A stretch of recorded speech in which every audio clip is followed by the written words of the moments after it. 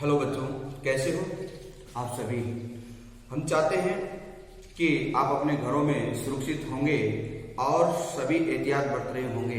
हम चाहते हैं कि हमारे विद्यालय की टीम ने एक ऑनलाइन स्टडी की शुरुआत की है, जिसमें आप सभी का सर्वांगीण विकास हो सके और समय का सदुपयोग हो सके।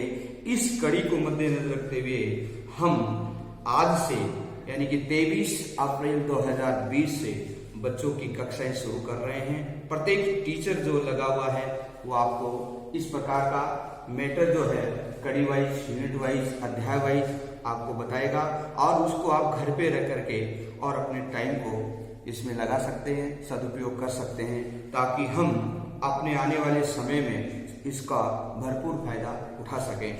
तो हम आपसे सबसे पहले एक ही बात करते हैं कि वैश्विक महामारी के चलते आप सभी जो हैं घर में रह करके, कहते हैं ना कि घर में रहें, सुरक्षित रहें, क्योंकि बाहर रहेंगे तो कोरोना आ जाएगा। इसलिए हमें अंदर रह करके और अपने जीवन को सुरक्षित रख करके, स्वस्थ रख करके और हमें बुलंदियों को हासिल करना है और देश को बचाना है।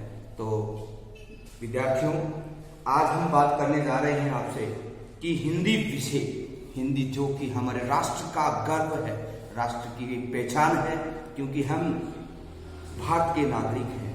भारत के नागरिक की एक परम विशेषता होती है कि उसको अपनी मातृभाषा के ऊपर गर्व होना चाहिए, क्योंकि ये हमारी मदर लैंग्वेज है, जो कि हमारी पहचान है, हमारी आवाज है, हर भारतीय की धड़कन है। तो चलते हैं, क्योंकि किसी भी विषय को पढ़ने से पहले बच्चों उसके रास्ते के बारे में जानना जरूरी होता है। कहते हैं कि जानोगे नहीं तो समझोगे कैसे, और समझोगे नहीं तो जानोगे कैसे। तो आज हम हमारी 12वीं क्लास जो कि आर्ट, साइंस, कॉमर्स में सब में कंपल्सरी विषय के रूप में पढ़ाई जाने वाली हमारी जो लैंग्वेज है वो है हिंदी, जो कि हम आज आपको पढ़ाने जा रहे हैं कि दिनांक 23 अप्रैल 2020 ऑनलाइन क्लास 2020। सबसे पहले मैं आप सभी का स्वागत करता हूं कि आप समय निकाल करके और अपने भविष्य को स्वर्णिम बनाएं। जैसा कि बात चल रही है कि भाषा हमारी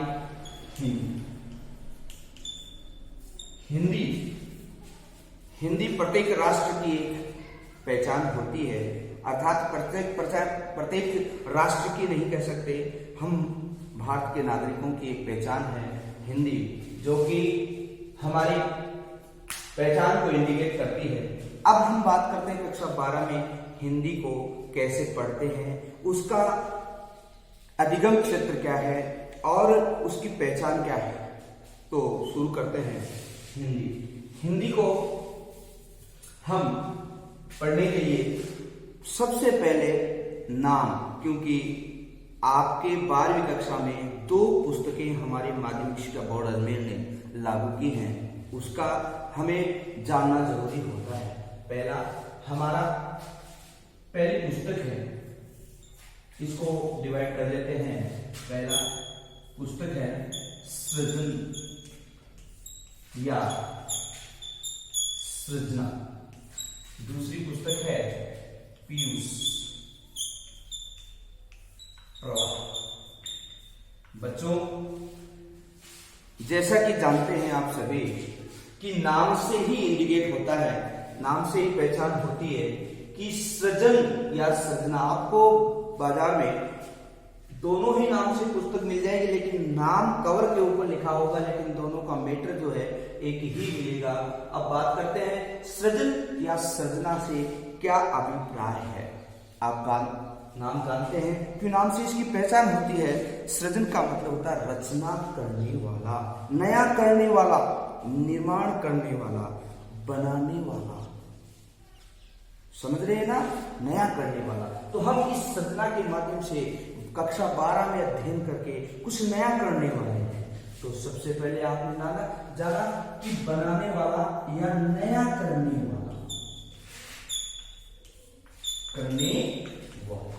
या यूं कहें बनाने वाला। तो अब बात आती है पीयूष। पीयूष का मतलब होता है अमृत। अमृत अमृत या सुधा। कहते हैं कि मृत व्यक्ति को भी अगर अमृत पिला दिया जाए तो उसमें भी जान आ जाती है। तो ये हमारी पीयूष प्रवाह है। अब इसमें हम क्या पढ़ेंगे, इनका अलग अलग अध्यायों में बंटावा है। जैसे हम पढ़ेंगे, क्योंकि संरचना में 3 पद्यों में बांटा गया है, 3 भागों में बांटा गया। सभी पद्य का मतलब एक बात है काव्य खंड, दूसरा गद्य खंड, और यहाँ पर पीयूष प्रवाह सिर्फ लेख, कहानी, रिपोर्टाज और हमारी जो यात्रा वृत्तांत होती हैं, हमारी रिपोर्टाज होती हैं, एकांकियां होती हैं, इस पीयूष प्रवाह में हम पढ़ेंगे और समझेंगे। ये है हमारी पाठ्य पुस्तक संबंधित वर्ग। अब विद्यार्थियों हम बात करने जा रहे हैं कि पहला आपने जाना कि हिंदी के 2 बुक, हमारी सृजना और हमारी पीयूष प्रवाह है।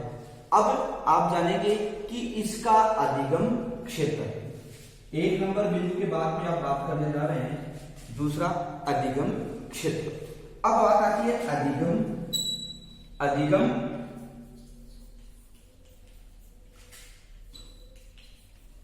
क्षेत्रों में। बात आती है अधिगम क्षेत्रों को, यानी कि कक्षा 12 में पढ़ने के लिए हमें 5 भागों को मद्देनजर रखते हुए हमें पढ़ना होगा। पहला है, आप जानते हैं क्योंकि माध्यमिक शिक्षा बोर्ड ने आपको इस विषय को पास करने के लिए सत्रांक जो होते हैं, इसमें 2 वर्ग विभाजन है, 80 + 20, यानी कि टोटल हुए 100। अब आप जानते हैं, कहते हैं कि जो व्यक्ति मंजिलें उन्हीं को मिलती हैं जो लगातार मेहनत करते हैं और बताए हुए रास्ते पे चलते हैं। अब हमारे पास रास्ते अलग अलग नहीं है, रास्ता हमारे पास है, रास्ते को बताने वाले आपके पास हैं और पढ़ने वाले आप जैसे होनहार विद्यार्थी हमारे पास हैं। तो हम चाहेंगे कि इन एक बिंदुओं को आप पढ़ करके, समझ करके और उस मंजिल को प्राप्त करेंगे। तो अब बात करते हैं इनके क्षेत्रों को 5 भागों में विभाजित किया गया है। अब देख पाएंगे आप सभी विद्यार्थी कि 5 भाग कौन कौन से हैं। अब मैं आपको बताने जा रहा हूं। तो पहला है, पुनः मैं लिख देता हूं, नंबर 2 अधिगम क्षेत्र। बात आती है पहली अपठित बोध। विद्यार्थियों, पहला आता है अपठित बोध। अपठित बोध में आपका आएगा पहले गद्यांश व पद्यांश। ये अपठित बोध होंगे। क्या होंगे? अपठित बोध में 2, जिसको हम बोलते हैं अंग्रेजी में अनसीन पेसेज। अनसीन पेसेज कितने नंबर का आएगा, कहां से आएगा, क्या आएगा, ये बोर्ड जो निर्धारित करता है 8 अंकों का कर रखा है। तो आप इसको पढ़ करके, समझ करके, नीचे जो प्रश्न दिए गए हैं उनका उत्तर देंगे। दूसरा आता है हमारा नंबर 2 बिंदु है व्यावहारिक व्याकरण। आप जानते हैं व्यावहारिक व्याकरण। व्यावहारिक व्याकरण में आपको भाषा से लेकर के और रचनात्मक प्रश्नों तक पूछे जाएंगे। रचनात्मक प्रश्नों में निबंध है, पत्र है, ये सब उसमें पूछे जाएंगे। तो हम बात करेंगे व्यवहारिक व्याकरण में भाषा से लेकर के और निबंध तक, और ये पूछे जाएंगे आपके सिर्फ और सिर्फ कितने नंबर के? 16 नंबरों के पूछे जाएंगे। मैं बात करता हूं कि टॉपिक कितने कितने नंबरों का है, ताकि बच्चे के, छात्र के एक भी बात जो है अनकंसिडर नहीं रहे, समझ करके आगे बढ़े तो के हमें उसका फायदा मिल सकता है। तीसरा हमारी पाठ्य पुस्तक। पाठ्य पुस्तक, पाठ्य पुस्तक में आपको मैंने शुरू में बताया था कि पाठ्य पुस्तक प्रथम बोल करके मैं लिखता हूं सृजन या सृजना।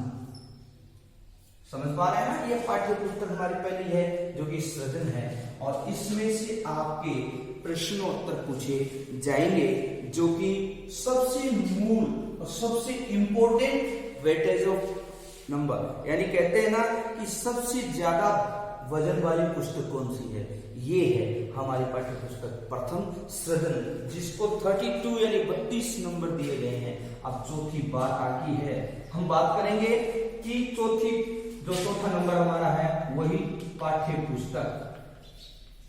पाठ्य पुस्तक दो की आपको मैंने बताया था पीयूष प्रवाह। अब पीयूष प्रवाह भी कितने नंबर की है आप सब जानते हैं कि वो भी हमारी 12 नंबर की है। विद्यार्थियों, एक नंबर, कहते हैं ना सीढ़ी, मंजिल को प्राप्त करने के लिए हमें एक सीढ़ी को तय करके आगे बढ़ना होता है। अब आता है हमारा 5वां बिंदु, लास्ट, संवाद से। अब जानते हैं बच्चे कभी कभी क्या होता है कि नए बच्चे होते हैं, उसमें हड़बड़ाहट होती है, वो पहचान नहीं पाते हैं ये संवाद से क्या है, नॉन टॉपिक है, हम जानते ही नहीं, हमारा इससे कभी पाला ही नहीं पड़ा है, कहते हैं हमें बताया नहीं सर ने। तो मैं जानता हूं जहां तक कि संवाद, जिसको हम अंग्रेजी में बोलते हैं dialogue between each persons talking, जो हम बात करते हैं कि दो व्यक्तियों या बहुत सारे व्यक्तियों के बीच में जो विशेष बात पे कोई मंथन होता है उसको संवाद बोलते हैं। और आप यहाँ पढ़ेंगे संवाद को भी 5 बिंदुओं में पढ़ेंगे, और वो भी है हमारा 12 नंबरों का। कितने नंबरों का?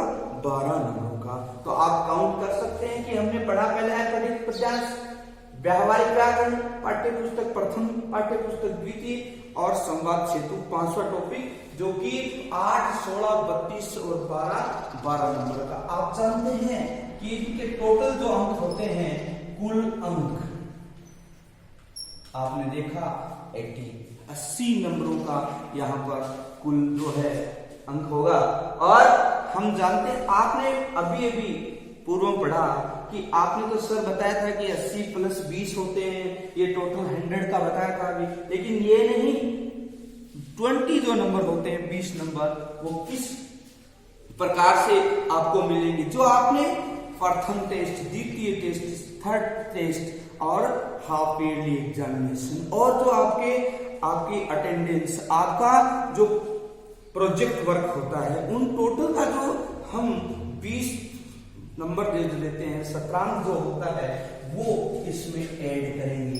तो टोटल बोर्ड ये 20 नंबर जो होते हैं वो स्कूल की तरफ से होते हैं, और 80 नंबर जो होते हैं एनुअल एग्जाम में बच्चे इसमें क्या एग्जाम में क्वेश्चन आंसर देकर के और प्राप्त करते हैं। तो मैंने जो बताया वो 100 का रेशियो बताया, जो आप समझ पा रहे हैं। अब बात करते हैं एक एक टॉपिक की और एक एक बिंदु की। सबसे पहले, क्योंकि कहते हैं ना, आपने पूर्व में पढ़ा होगा कि जानोगे नहीं तो समझोगे कैसे, समझोगे नहीं तो जानोगे कैसे।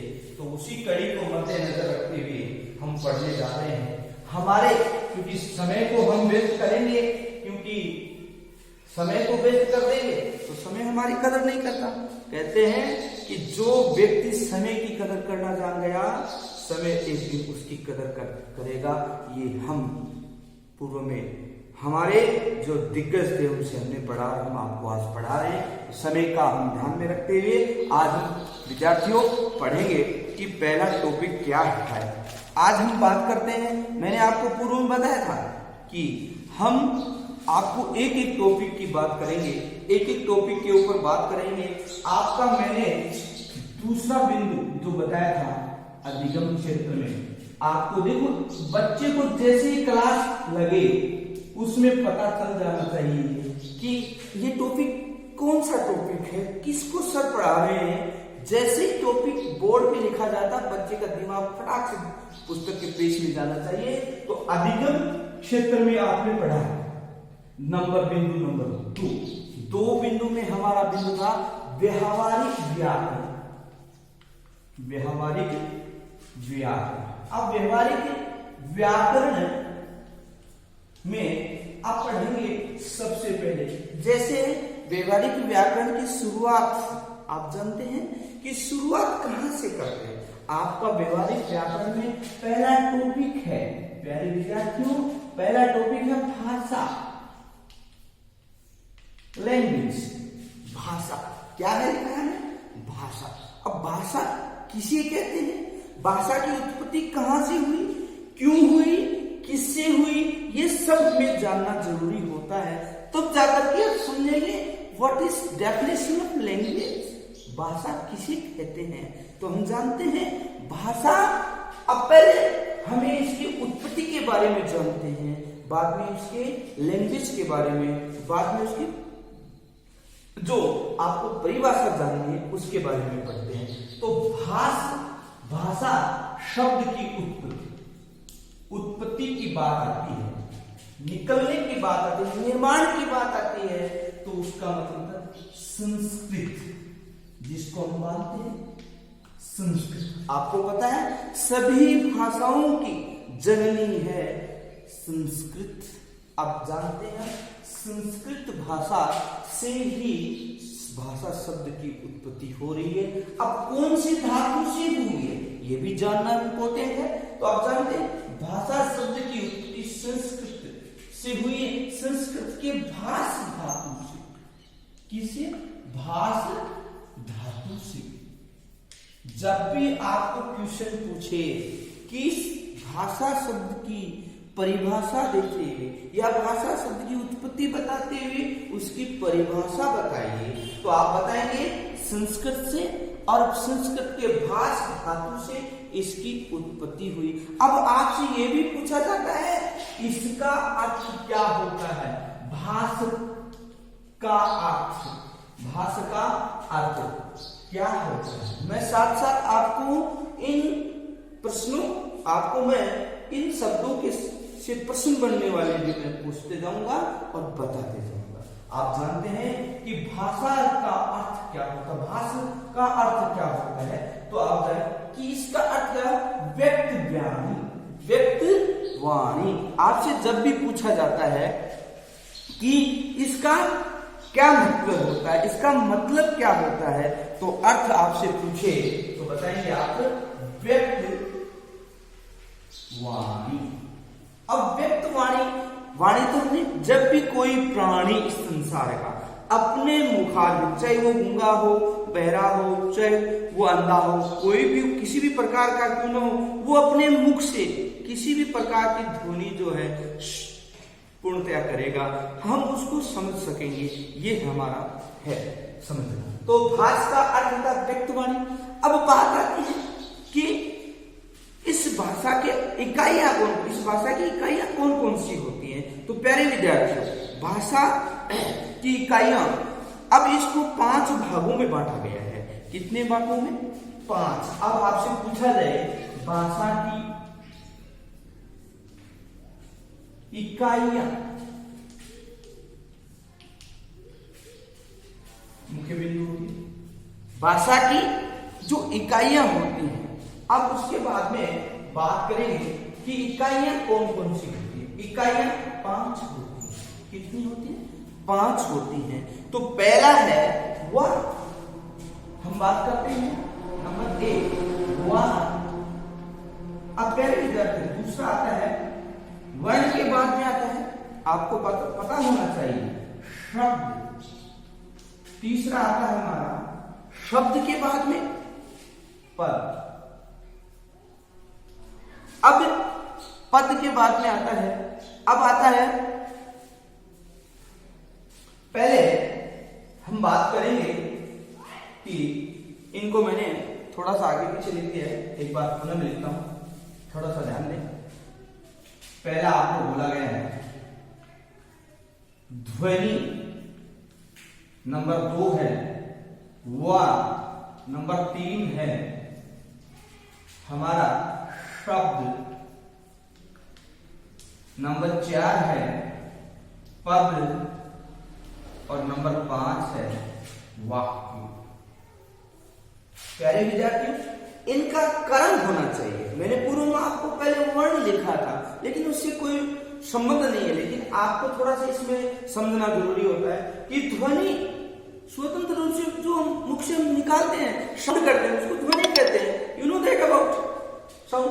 अब पहली बात आती है ध्वनि के बारे में, तो आपको ध्वनि जानते हैं, मुख से निकलने वाली स्वतंत्र ध्वनि कहलाती है। अब बात आती है कि वर्ण क्या होता है। मुख से निकलने वाली वह छोटी से छोटी ध्वनि जिसका अंतिम रूप से टुकड़े विभाजन नहीं हो सकते। जैसे आपसे मैंने कहा ना, मुख से निकलने वाली वो छोटी से छोटी ध्वनि जिसका अंतिम रूप से टुकड़ा विभाजन नहीं किया जा सकता। जैसे जैसे ख, ख, च, मैं हेलन कर रहा हूं यहाँ पर, इनके टुकड़े होंगे। जैसे मैं आपको पूरे डायग्राम बना के समझाता हूं। जैसे आपने स्वतंत्र ध्वनि लिखा क, अब इसको बात करते हैं कि क स्वीट है। अब इस चीज को निकालेंगे, क्या है, जब व्यक्ति के प्राण निकल जाते हैं तो वो निष्क्रिय हो जाता है, वो बोल नहीं पाता है। उसी स्थिति ये दूसरे भी ऐसे वर्ण है। जैसे हम बात करते हैं क, देखो साउंड आ रहा है, क, ख, ग, घ आ रहा है, लेकिन क में से अगर ए निकल जाता है, व्यक्ति के शरीर से प्राण निकल जाते हैं, तो वो निष्क्रिय हो जाता है, बोल नहीं पाता है। वो सारी यहाँ पर भी एक्टिविटी लागू होती है। तो हम बात करते हैं क स्वतंत्र ध्वनि है, लेकिन यहाँ क में से ए निकाल लिया जाता है, अर्थात क के प्राण निकाल लिए जाते हैं, तो वो किस प्रकार से बोल पाएगा। तो शुरू करते हैं क आ रहा है, लेकिन क में से ए निकाले, कितना ही जोर लगा लीजिए इसमें से ध्वनि नहीं निकलेगी स्वतंत्र रूप से। जिसे हम बोलते हैं ना क, ख के देखिए, इसमें आपका ख कितना सुंदर लिखा गया है, लेकिन ख में से अगर हम हलंत करके ए निकालेंगे, कैसे गे तक कितना भी जो वर्ण है उनमें से अगर हम जितने भी व्यंजन होते हैं उनमें से अगर हम ए निकाल लेते हैं तो उनका स्वतंत्र रूप से उच्चारण कर पाना संभव नहीं है। तो यहाँ पर जैसे गाड़ी में तेल निमट जाता है या खत्म हो जाता है, तो उसमें हम गाड़ी आगे नहीं चल पाती है। और जैसे गाड़ी में पेट्रोल भर दिया जाता है तो गाड़ी स्टार्ट होकर आगे मंजिल पहुंच जाती है। उसी प्रकार ख में ए मिल जाने पर स्वतंत्र रूप से ध्वनि उत्पन्न हो जाती है। ख, च, ग इत्यादि आप उच्चारण करके स्वयं भी इसका अधिगम कर सकते हैं। बात आती है तीसरे की, शब्द की। कहते हैं कि एक सुंदर मंजिल का निर्माण तभी हो पाता है तब हमारे पास ईंट, पत्थर, कंकर, सीमेंट, कुशल कारीगर, एक अच्छी जगह होनी चाहिए।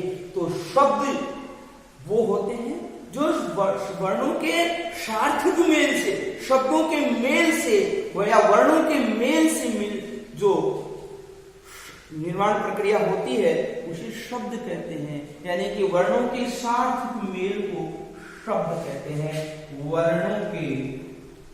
वर्णों के सार्थक मेल को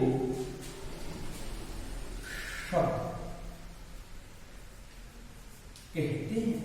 अब जानते हैं अब पद क्या होता है। शब्दों के मेल को, शब्दों के समूह को पद कहते हैं। शब्द समूह,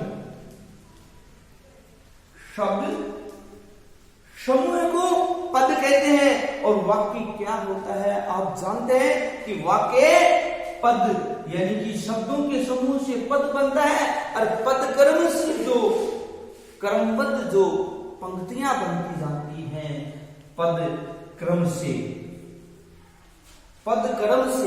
वाक्यांश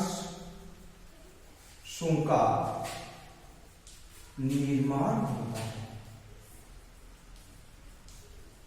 मैंने आपको पूर्व में एक उदाहरण बताया कि ईंट, मिट्टी, कंकड़, पत्थर और कुशल कारीगर और एक अच्छी जगह से एक हम बहुमंजिल बना सकते हैं। मंजिल तभी बनती है तब अच्छा कारीगर होता है। जैसे एक भूखंड पे एक मकान का निर्माण करना होता है, अगर कुशल कारीगर है 4 दीवारों को जोड़ करके मकान तैयार कर देगा, लेकिन अगर उस पर सीलिंग नहीं डालेंगे तो वो मकान नहीं कहलाएगा, क्योंकि वो अधूरा है।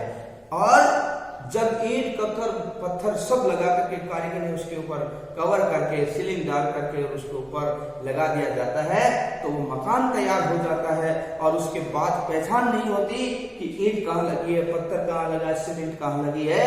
ये सब कुशल कारीगर का ही एक नतीजा होता है। तो मैं जानता हूं, आप भी जानते हैं कि ध्वनि, वर्ण, शब्द, पद और वाक्य से मिलकर के भाषा और एक सुदृढ़ काव्य का निर्माण हो जाता है, जो कि एक पढ़ने और पढ़ाने वाले के लिए बहुत ही महत्वपूर्ण ईंट की नींव साबित होता है।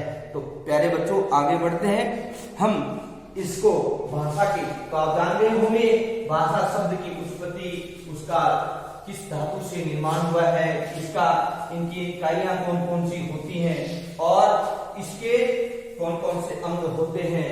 तो आगे बढ़ते हैं हम। भाषा आपने जाना होगा कि आपसे पूछा जाता है अक्सर कि भाषा, आपने जान लिया कि इसकी उत्पत्ति कहां से और कैसे, कौन से धातु से हुई, ये तो आपने जान लिया।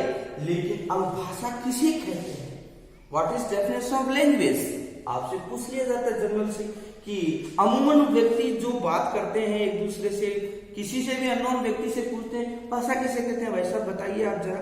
लेकिन वो बताते हाँ हम बात करते हैं उसको भाषा कहते हैं। लेकिन एक लैंग्वेज होती है, भाषा का एक शेड्यूल होता है।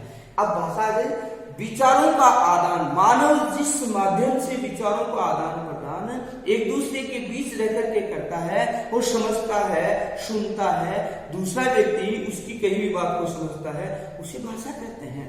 अब कहते हैं we are talking each other, so call now for definition for language.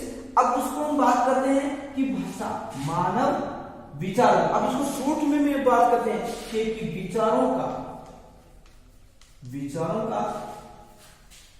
आदान प्रदान करना, विचारों का आदान प्रदान करना ही भाषा कहलाता है। ये जनरल सी बात है, आपने हमें कहा, हमने आपको कहा, दोनों को समझ में आ गई, उसको भाषा कहते हैं। अब भाषा मुख्य बात आपसे पूछी जाती है, किसी भी व्यक्ति, आपने परिभाषा जान ली कि भाषा किसे कहते हैं, विचारों का आदान प्रदान करना ही भाषा कहलाता है। आप बहुत गहराई में जाने की जरूरत नहीं है, सिर्फ और सिर्फ हमें इसके बस कहां तक है, शॉर्ट एंड स्वीट में चलना है। अब भाषा कितने प्रकार की है, पहली बात अब आती है कि भाषा के प्रकार, भाषा के प्रकार। आप जानते हैं भाषा के भेद भी कह सकते हैं, प्रकार भी कह सकते हैं, लेकिन मैं जानता हूं जहां तक लोग कहेंगे कि 3 प्रकार के होते हैं, लेकिन मैं मानता हूं कि भाषा के 2 रूप होते हैं। विद्यार्थियों, कहीं कहीं अगर आपको प्रकार आ जाए या भाग आ जाए या रूप आ जाए तो तीनों को एक ही समझना है, आपको घबराने की जरूरत नहीं है, क्योंकि इसके रूप होते हैं 2, भाषा के 2 रूप होते हैं।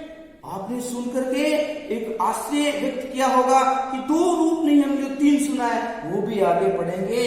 कहते हैं ना कि डरो मत घबराते रहो, या घबराओ मत डरते रहो। ऐसा हम नहीं मानते, हम डराते नहीं है, बच्चों को समझाते हैं। पहली बात यहाँ बात आती है 2 रूप। सोचिए 2 रूप कौन से हो गए, 2 रूप तो ये हो गए कि 2 रूप में पहला हमारा प्रयोग के आधार पर, कौन सा, प्रयोग के आधार।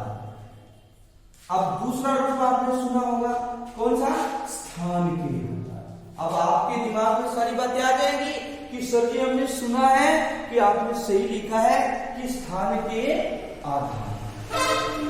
अब स्थान के आधार, अब हम देखो एक के बाद स्टेप बाय स्टेप पढ़ेंगे।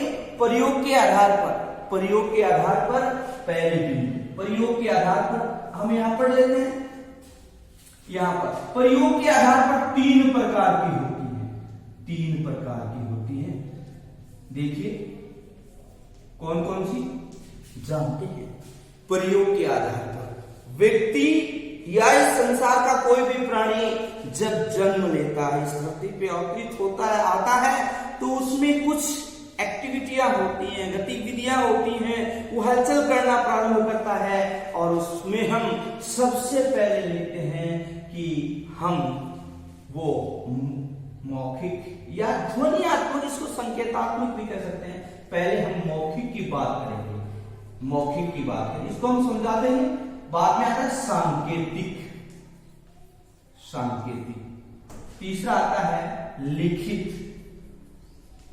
कुछ एक बच्चों के दिमाग में प्रश्न आते हैं कि सर लिखित पहले आता है, सांकेतिक बाद में आता है, मौखिक बाद में। नहीं, बच्चा या प्राणी कोई जन्मते ही कोई सीख थोड़ी पाता है, संभव नहीं है। सबसे पहले वो सुनता है, एक्टिविटी करता है और फिर गतिविधियों में वो भाग लेता है। तो मौखिक, मौखिक हमने आपको कहा, आपने हमें कहा, इस वार्तालाप, इस माध्यम को मौखिक कहते हैं। बोलचाल की भाषा को मौखिक कहते हैं। शब्दों के द्वारा, वाणी के द्वारा, शब्दों के द्वारा जो भाषा एक दूसरे के माध्यम तक पहुंचती है उसे मौखिक कहा जाता है, आप समझते हैं। दूसरी बात आती है सांकेतिक भाषा। सांकेतिक भाषा इशारों में, इंडिकेटिंग लैंग्वेज इसको बोलते हैं, जो आप जानते हैं। जैसे कोई दूर खड़ा व्यक्ति, उसको आपकी आवाज सुनाई नहीं दी या आपको उनकी आवाज सुनाई नहीं दी, तो उस स्थिति में क्या करेंगे? व्यक्ति खड़ा तो दिखाई दे रहा है लेकिन वो बुलाए कैसे, क्योंकि आवाज आ नहीं रही है। इसके लिए वो हाथ से इशारा करेगा, इधर आओ, आने का है, नहीं आने का है, जो भी है, यहाँ संकेत करके आपको इशारा करके समझाने का और बुलाने का प्रयास करेगा। जैसे मूक बधिर होते हैं, अंधे होते हैं, हालांकि अंधों के लिए ब्रेल लिपि है, वो जो हम गवर्नमेंट ने तय रखी है, वो भी लैंग्वेज का उपयोग करते हैं, लेकिन खास तौर से संकेतों, इशारों में जो बात होती है, समझ सके, वो सांकेतिक भाषा होती है। तीसरी बात आती है लिखित भाषा, जो समझ करके, पढ़ करके और लिख करके एक दूसरे को अपनी बात को शेयर करे, अपने अंदर के विचारों को व्यक्त करके, लिख करके व्यक्त करता है, उसे लिखित भाषा कहते हैं। विद्यार्थियों, मैं मानता हूं कि आप तीनों को समझ गए होंगे। पहला कक्षा आपको प्रयोग के आधार पर मौखिक, सांकेतिक और लिखित भाषा को आपने समझा। मौखिक क्या होती है? शब्दों के द्वारा बोल करके बताना। जैसे मैं आपको बोल रहा हूं, बता रहा हूं, उसे संकेत क्या कहते हैं? मौखिक कहते हैं। दूसरा था सांकेतिक, जैसे मैं खड़ा हूं, आप दूर खड़े, मैं आपको इशारा करके बुला रहा हूं, आइए, और शोर नहीं करना, चुप हो जाइए, मैं बोल नहीं रहा हूं, मुख होकर के, तो आपको इसे बोले चुप, इसका इशारा हो गया, चुप रहना है, ये हो गया सांकेतिक। तीसरा था लिखित, मैं आपको बोल भी नहीं बता रहा हूं, आपको संकेत भी नहीं दे रहा हूं, और आपको सिर्फ और सिर्फ बोर्ड पे या पेपर पे लिख करके आपको बता रहा हूं, ये हो गई लिखित। ये बात आपको समझ, जैसे उदाहरण के तौर पे आपने समझा कि प्रधानाचार्य महोदय ने निदेशक महोदय को पत्र लिख करके अवगत कराया कि अमुक तारीख 23 अप्रैल 2020 से सभी विद्यार्थियों की ऑनलाइन क्लासेस शुरू करते हैं। ये ऐसा पत्र में लिख करके उनको अवगत कराया, तो ये लिखित भाषा हो गई, जनरल सी बात है। अब बात आती है हमारे स्थान के आधार पर भाषा। अब स्थान के आधार पर भाषा की बात करते हैं तो आप समझोगे सर क्या हुआ, स्थान के आधार पर भी 3 प्रकार की होती हैं, आप जानोगे, देखिए कैसे। अब बात आती है स्थान के आधार पर, पहला आता है स्थानीय भाषा, दूसरी आती है राष्ट्रीय भाषा, तीसरी आती है अंतरराष्ट्रीय भाषा। अंतरराष्ट्रीय, सर जी ये क्या होते हैं?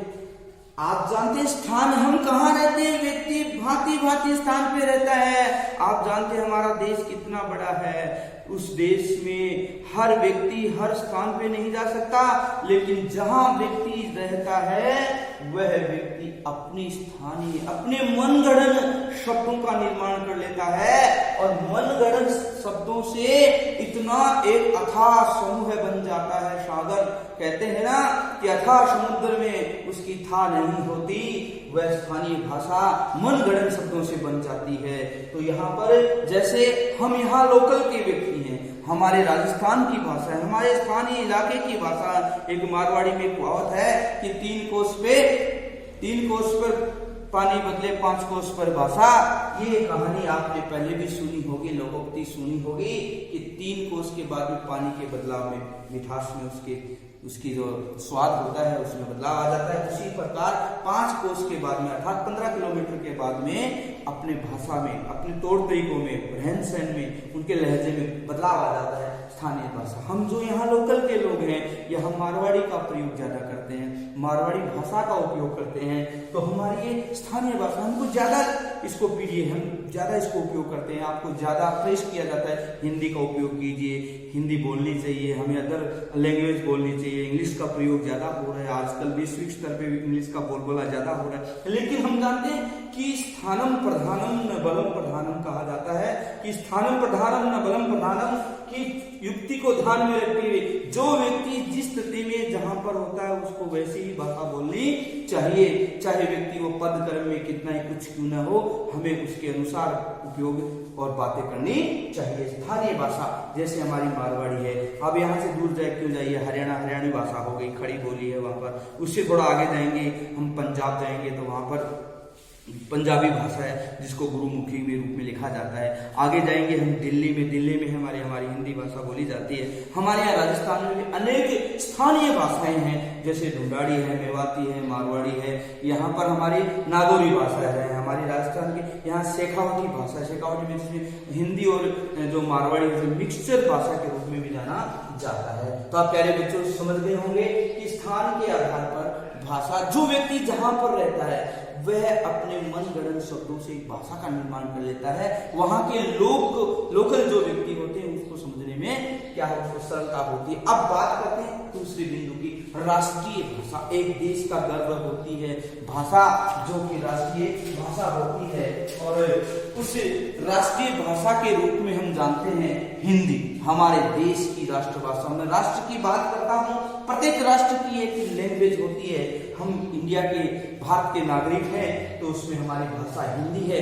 देखिए विद्यार्थियों, व्यक्ति घर से निकलता है, स्थान से अपने स्थान को छोड़ता है और दूसरे स्थान पे जाता है। जैसे एक राज्य का दूसरे राज्य में, दूसरे राज्य का तीसरे राज्य में जाता है। तो इसीलिए आपको पूर्व में हमने बताया कि हिंदी हमारे राष्ट्र की भाषा है जो उत्तर दक्षिण पूर्व पश्चिम में बोली और समझी जाती है। वह व्यक्ति, स्थानीय लोग का व्यक्ति राष्ट्र के प्रत्येक कोने में जाने का प्रयास करता है और वह हिंदी बोलता है। घर से निकलते ही उसके शब्दों में परिवर्तन आता है। पढ़ा लिखा व्यक्ति क्या बोलता है, हिंदी बोलता है, अदर लैंग्वेज यूज करता है। मैंने बताया था ना स्थानम प्रधानम न बलम प्रधानम की बात को ध्यान में रखता है कि चेंज हो जाता है, बदलाव हो जाता है, और वो व्यक्ति लौट करके आता है तो हम आप बात करते हैं उनसे, अरे आप तो चेंज हो गया, आप में तो बदलाव आ गया। तो होना स्वाभाविक है, व्यक्ति स्थान छोड़ेगा तो बदलाव होगा। ये मनुष्य की एक बहुत बड़ी क्या है, एक प्रकृति होती है, और संसार का भी मतलब नियम है कि परिवर्तन ही संसार का नियम है।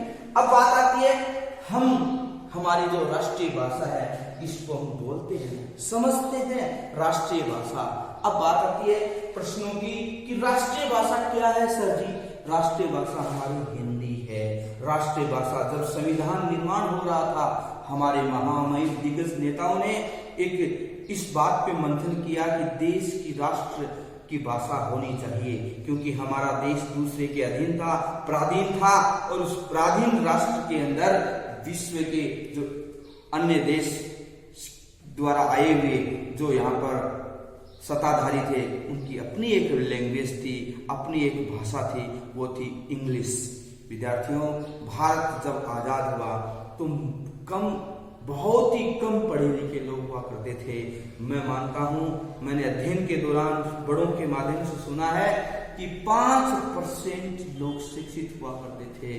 मुंशी प्रेमचंद, जयशंकर प्रसाद आदि के काव्य में पढ़ा जाता है तो ऐसा समझा जाता है कि उस भारत के नागरिकों में अशिक्षा का होना और उनको लाभ पहुंचाना बहुत ही एक दुर्भाग्य की बात है। लेकिन जहां तक उन्होंने लिखा है कि यहाँ के लोग बहुत ही ईमानदार और देशभक्त हुआ करते थे। तो राष्ट्र की भाषा हिंदी हमारी मातृभाषा है, उसको समझते हैं और बोलते हैं। अब आपको संविधान के बारे में बताया कि 14 सितंबर 1949 को संविधान सभा के अंदर एक इस प्रकार की परिचर्चा हुई, मंथन हुआ, जिसमें ये तय किया गया कि एक राष्ट्र की भाषा अंग्रेजी जो यहाँ की कार्यालय भाषा है उसी के स्थान पर हमारी एक देश की भाषा होनी चाहिए, क्योंकि अधिकांश लोग हिंदी जानते हैं, इसलिए राष्ट्र में हिंदी को दर्जा मिला। कब? 14 सितंबर 1949। समझ गए होंगे। और अब बात आती है कि व्यक्ति घर से निकला